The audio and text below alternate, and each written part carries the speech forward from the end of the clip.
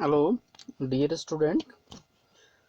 जैसा कि हम नीटम के बारे में पढ़ रहे थे और इससे पहले हमने नीटम के मॉर्फोलॉजिकल कैरेक्टरिस्टिक के बारे में पढ़ा, उसके बाद में उसके एनाटॉमिकल कैरेक्टर के बारे में पढ़ा, स्टेम और रूट के बारे में। Today we are discussing about the leaf morphology as well as anatomy of Gnetum. अगर लीव्स की हम बात करें इसमें नीटम में, then it is resemble to dicot leaf की तरह ये होती है। और इसमें जो दो प्रकार की लीव्स पाई जाती है, फॉलिएज लीफ और स्केली लीव्स इसमें पाई जाती है।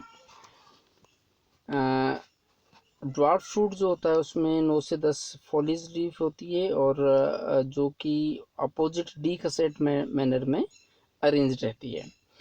लीव्स लार्ज होती है, simple, having oval shaped broad coriace lamina with unicosted reticulate venation इनमें पाया जाता है। रेटिकुलेट वेनेशन इनमें पाया जाता है।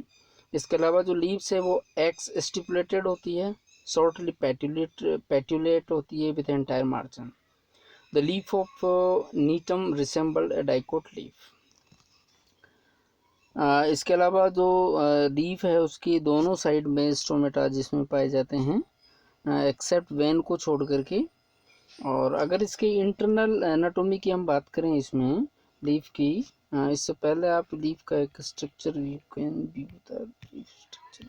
ये दिस इज द लीफ, जिसमें आपको तो डोर्सिवेंट्रल लीफ नज़र आ रही है, बीच में मिडरिव रीजन्स हैं, देन बेनलेट्स हैं और ये डाइकोटोमसली ब्रांच जिसकी वेंस पाई जाती है, बीच में थिक में वेंस इसमें पाई जाती है। तो it is resemble to dicot leaf. Anatomically अगर हम इसकी बात करें तो the leaves gnetum resemble to dorsiventral dicot leaf की तरह होती है।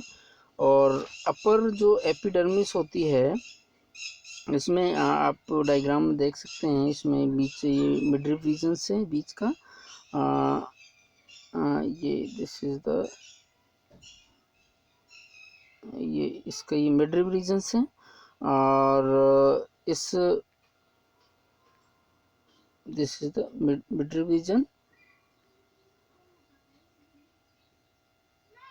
ये मिडरिव रीजन्स हैं। और इसका ये इनलार्ज नीचे करके इनलार्ज पार्ट करके हमने इसको ये दर्शा रखा है। ओके, तो इसमें जो दोनों अपर और लोअर एपिडर्मिस होती है और इसमें थिक क्यूटिकल्स इसमें पाई जाती है। इसके अलावा जो मीजोफिल्स जो होती है वो डिफरेंशिएटेड इनटू पैलिसेड और स्पंजी पेरेन्काइमा में डिवाइड रहती है। पैलिसेड सेल्स है वो single layered compactly arranged elongated cells होती है।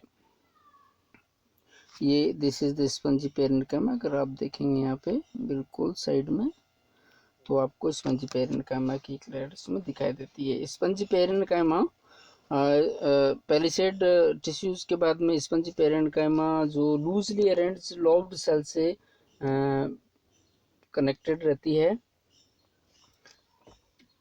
इसके बाद में जो वेस्कुलर, इसके अलावा कुछ स्पाइकुलर सेल्स या स्क्लेरोटिक सेल्स या लेटेक्स ट्यूब्स और फाइबर्स आल्सो प्रेजेंट।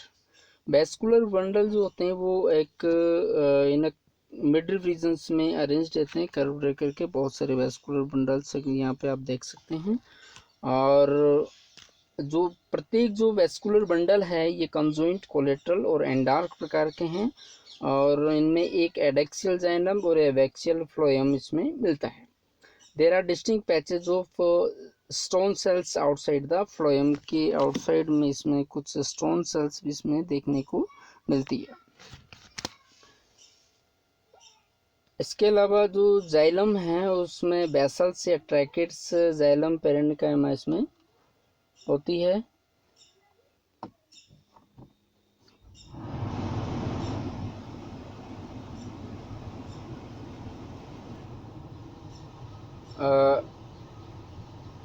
जो फ्लोएम है उसमें सीव सेल्स एवं फ्लोएम पेरेन्काइमा होती है। इसके अलावा जो ट्रांसफ्यूजन टिश्यूज हैं is also present in petiole in association with vascular bundle.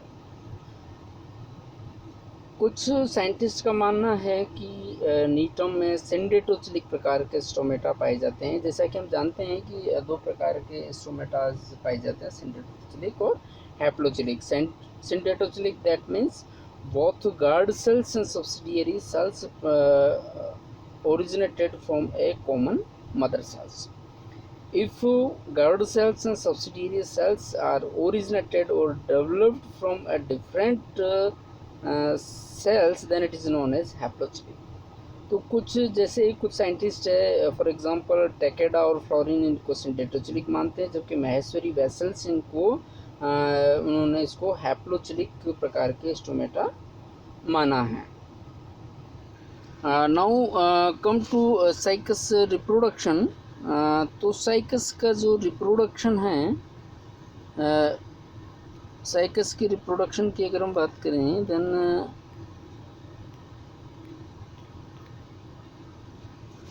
Cycas के रिप्रोडक्शन में एक तो नीटम की जो स्पीसीज है डाइसियस होती है, दूसरा है कोन या स्ट्रोबलाइस रिप्रोडक्टिव स्ट्रक्चर्स इसमें पाई जाती है।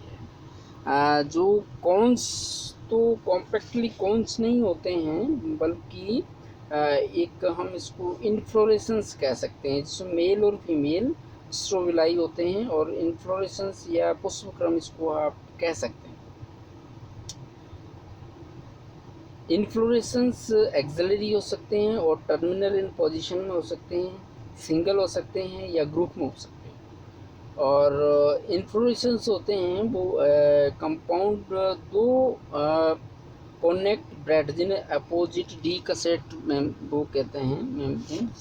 आप ग्राफ देखेंगे इसके नेक्स्ट स्लाइड में, जी दिस इज नीटम, ये मेल इन्फ्लोरेसेंस, ये कॉनेक्ट ब्रैक्ट हैं।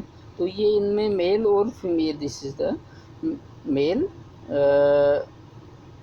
दिस इज मेल इन्फ्लोरेसेंस हैं। और इस मेल इन्फ्लोरेसेंस में आप देख सकते हैं बिल्कुल क्लियरली, इसमें देखो एक तो बहुत सारे एक तो ग्रुप में ये लगते हैं, देन उसके बाद में सक्सेसफुली एक ब्रैक्ट है, दूसरा ब्रैक्ट है, तीसरे ब्रैक्ट्स हैं, तो एक वर्ल्ड ऑफ ब्रैक्ट्स की पाई जाती है और ये एक दूसरे के ऊपर एक्रोपिटल सक्सेशन में लगे हुए रहते हैं। और इसमें जो ये वाइट आपको दिख रहे हैं ये एंथर्स हैं, जिनके ये पूरा पार्ट जो मेल फ्लावर है ये सफ़ेद जो निकल रहे हैं, और इसमें ये एक स्ट्रोक होगा और ऊपर जा कर के इसमें दो एंथर्स इसमें लगे हुए रहते हैं। तो यहाँ पर बहुत सारे जो कॉर्नेट ब्रैक्ट जिसे बोलते हैं ये एक दूसरे के ऊपर अरेंज रहते हैं। जैसे ये फीमेल इन्फ्लोरेसेंस हैं, वो ये मेल इन्फ्लोरेशन था, ये फीमेल इन्फ्लोरेसेंस हैं। अब इनकी अंदर की एनाटॉमी की हम बात करते हैं इसमें, तो उससे पहले तो इनको एक कप लाइक स्ट्रक्चर, ये कॉर्नेट ब्रैक्ट जो होते हैं वो एक कप लाइक ब्रैक्ट बनाते हैं, जिसे क्यूप्यूल्स कहते हैं या कॉलर कहते हैं, that are superposed one above the other. ये एक दूसरे के ऊपर लगे हुए रहते हैं और इसके अंदर या तो मेल ओव्यूल्स लगेगा या मेल फ्लावर्स इसमें लगते हैं। और the strobili become compact eight young stage become the suppression of the internode. और ये जो इन्फ्लोरेसेंस हैं ये नोड और इंटरनोड में डिवाइड रहते हैं।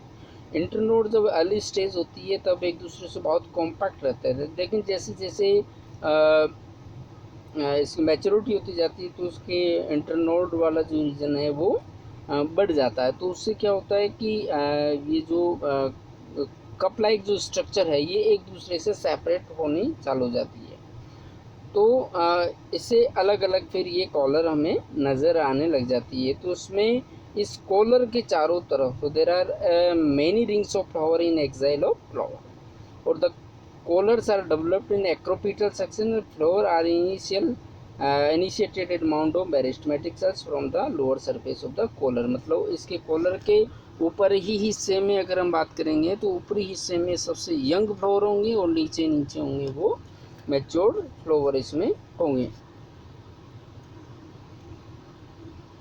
Okay, we will discuss about the male flower or female flower in great detail, because नीटम के जो मेल और फीमेल जो स्ट्रोबिलस है अंदर जो दूसरे जो जिम्नोस्पर्म्स हैं उनसे काफ़ी डिफरेंट है। तो बहुत सारी ये सिमिलरिटी हैं एंजियोस्पर्म के साथ दर्शाते हैं, बहुत सारी ये सिमिलरिटी जिम्नोस्पर्म के साथ में दर्शाते हैं। तो हमें यहाँ पर जितने भी हो सकता है उन सबको हमें नोट करके रखना है, जितना भी हो सकता है कि कौन कौन सी जिम्नोस्पर्म के साथ सिमिलरिटी पाई जाती है और कौन कौन से एंजियोस्पर्म के साथ में सिमिलरिटी पाई जाती है।